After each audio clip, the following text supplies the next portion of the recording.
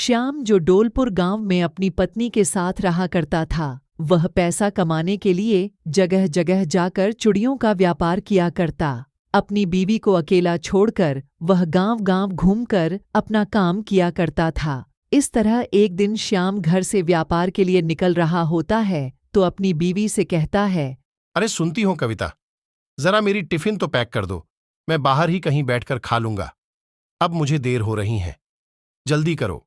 जरा ठहरो, मैं अभी तुम्हारा टिफिन पैक करके लाती हूँ। थोड़ा जल्दी करो, मुझे नदी भी पार करनी होती है। टिफिन लेकर श्याम चूड़ी बेचने निकल जाता है। श्याम के पास जाने का कोई साधन नहीं था, इसलिए वह नदी तैर कर दूसरे गांव जाया करता था। चूड़ी ले लो, रंग बिरंगी लाल पीली हरी नीली चूड़ी ले लो। आओ आओ, नई नई चूड़ियां ले लो। भाई साहब इधर तो आओ, मुझे रंग बिरंगी चूड़ियां चाहिए। जी बहन जी, अभी आता हूँ। अरे भाई साहब, आपके पास तो बहुत अच्छी अच्छी चूड़ियां हैं, मुझे भी 2 दर्जन दे दो।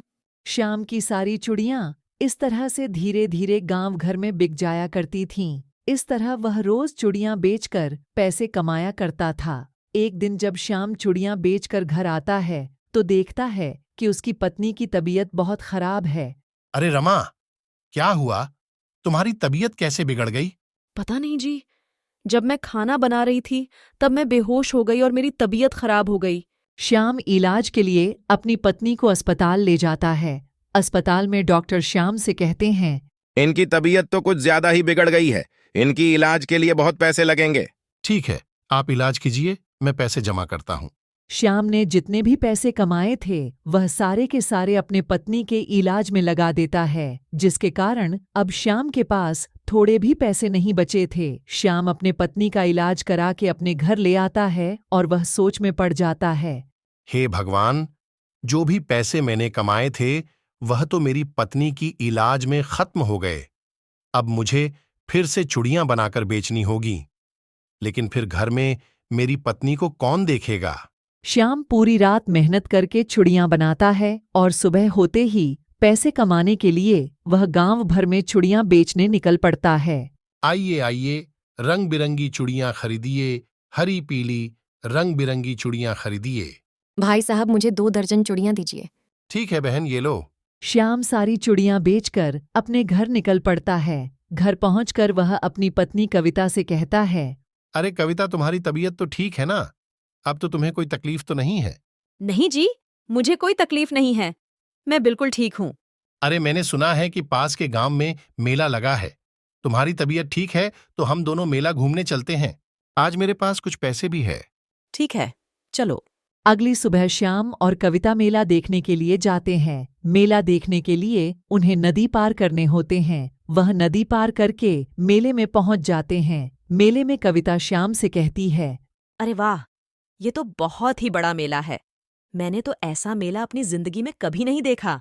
हाँ कविता, तुम बिल्कुल सही कह रही हो, ये बहुत ही बड़ा मेला है। चलो, अब हम दोनों मेला घूमते हैं। और इस तरह दोनों साथ मिलकर मेला घूमते हैं। कुछ देर बाद कविता को भूख लगने लगती है। अजी सुनते हो, मुझे तो बहुत जोरों की भूख लगी है, चलो कुछ खा लेते हैं। हाँ, मुझे भी भूख लगी है। दोनों एक दुकान में समोसे खाने चले जाते हैं। श्याम समोसे वाले को देने के लिए पैसे निकालता है, तभी एक चोर उसके सारे पैसे लेकर भाग जाता है। श्याम उसे पकड़ने की बहुत कोशिश करता है, पर वह चोर को नहीं पकड़ पाता। उनके पास और पैसे न होने के कारण वे भूखे रह जाते हैं। अब मैं क्या करूं? हे भगवान, मेरे पास तो अब पैसे भी नहीं हैं। जो पैसे मैं लाया था वह तो चोर छीनकर भाग गया। आप चिंता मत करो जी, हम दोनों मिलकर फिर से पैसे कमा लेंगे। अब छोड़ो, हमें मेले से घर जाना होगा, शाम होने को है। श्याम और कविता दोनों घर के लिए निकल जाते हैं। कविता को रास्ते में बहुत जोरों की भूख लगती है और कविता श्याम से कहती हैं, सुनो जी, मुझे बहुत जोरों की भूख लगी है। अब हम दोनों क्या करेंगे? हमारे पास तो कुछ खरीद कर खाने की पैसे भी नहीं है। क्या करें कविता, हमारी किस्मत में गरीबी ही लिखी है। दोनों बातें करते करते नदी के पास पहुंच जाते हैं। बहुत तेज भूख लगी है, कुछ खाने को तो नहीं, यह नदी का पानी ही पी लेती हूँ। पानी पीकर शायद भूख मिट जाए। हाँ जाओ, पानी पी लो, फिर हम घर चलते हैं। कविता जैसे ही नदी का पानी अपने हाथों में लेती है वैसे ही पानी रोटी में बदल जाता है। यह देख कविता चौंक जाती है। कविता कहती हैं, अजी सुनते हो, ये देखो, मैं तो नदी से पानी लाई थी, वह पानी तो रोटी बन गई। ये कैसे हो सकता है? पानी रोटी कैसे बन सकता है? श्याम सोच में पड़ जाता है। तभी नदी से एक जलपरी निकलती है और कहती है, श्याम, कविता तुम डरो मत, ये एक जादुई पानी की रोटी है। तुम्हारा धन्यवाद। मुझे किसी ने श्राप दिया था कि मैं तब तक पानी में दबी रहूंगी जब तक कोई ईमानदार इंसान इस नदी के पानी को नहीं पीता, और आज तक मैंने इंतजार किया। आखिर वह दिन आ ही गया और मैं वापस जलपरी बन गई, और यह सब तुम्हारी वजह से ही हुआ है। इसलिए मैंने तुम्हारी भूख मिटाने के लिए तुम्हें इस पानी में से रोटी बनाकर दे दी। क्या आप सच कह रहे हो? यह एक जादुई पानी की रोटी है? हाँ, और अब तुम्हें इस जादुई पानी की रोटी से कभी भी कुछ भी मदद मिल सकती है। तुम इससे अपनी गरीबी दूर कर सकती हो। तुम इस जादुई पानी की मदद से कुछ भी मांगोगे वो पूरी हो जाएगी। आपका बहुत बहुत धन्यवाद।